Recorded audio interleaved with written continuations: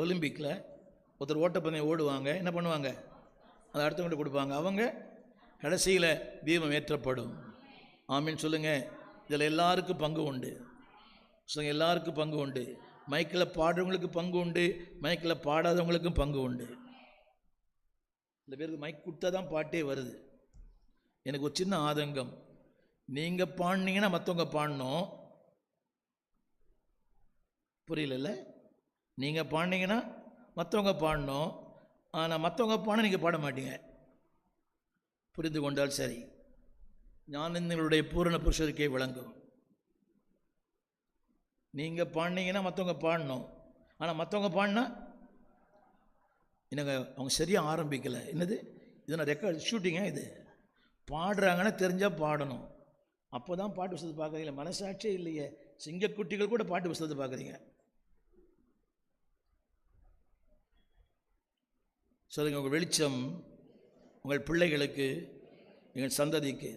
ஒவ்வொரு நாளும் உங்கள் தலைமையில் கை ஜெபம் பண்ணு. ஒரு 2 பிள்ளைங்க மேலேயும், ஆண்டவரே என் வெளிச்சம் பிள்ளை மேலே வரணும். இருள் வந்தால் இருள் அப்படியே வந்துடும். முதல்ல வெளிச்சம் உங்ககிட்ட இருக்கணும். இப்படி சொன்னாலும் புரியும். ஹலோ, மன்னிக்கணும்.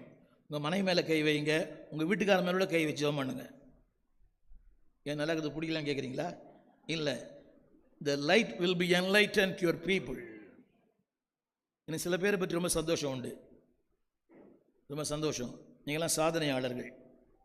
இப்படியே மாற்றி கொண்டு வந்துட்டீங்களே, பெரிய சாதனை தான். அம்மா, நீங்கள் பெரிய சாதனையாளர் தாம்மா. சொல்லுங்கள், என் வெளிச்சம் என் பிள்ளைகளுக்கு. இதில் என்ன தெரியுமா பெரிய கொடுமை? பிள்ளை வெளிச்சமாகுது, அம்மா அமாவாசையாகுது. அப்படியும் மாறிக்குது. புரிஞ்சுதா? பிள்ளை வெளிச்சமாகுது, அம்மா அமாவாசையாகுது. என்ன சொல்கிறது, யாரை சொல்கிறதுன்னு தெரியல.